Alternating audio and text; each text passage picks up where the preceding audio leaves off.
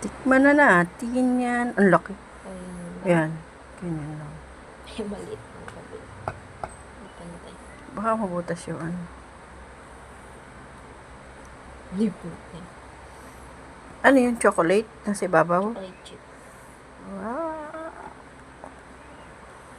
Tikman na yan.